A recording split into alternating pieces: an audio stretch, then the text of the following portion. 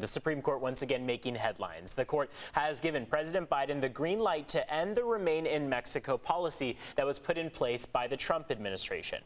The Supreme Court rejected arguments by Republican-led states who wanted to keep the policy in place. CBS 8's Kelly Hessedal joins us live from the border with reaction.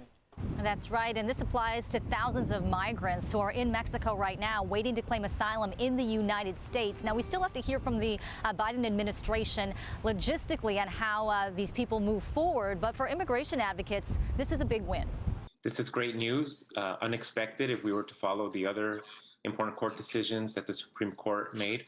And it means that it verifies everything that we've been saying all along, that the Return to Mexico program not only was cruel, but it was also very dangerous for people that were submitted to it.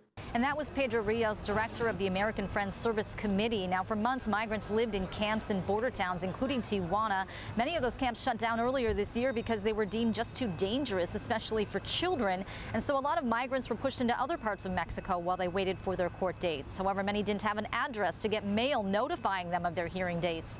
So the Supreme Court today, Justices Sotomayor, Kagan, Breyer, Kavanaugh, and Roberts basically said President Biden has the authority to end the Remain in Mexico policy, which means people who are part of that program can claim asylum in the U.S. and wait in the U.S. while their case makes it through the court system. Now, keep in mind, this is a separate policy from Title 42.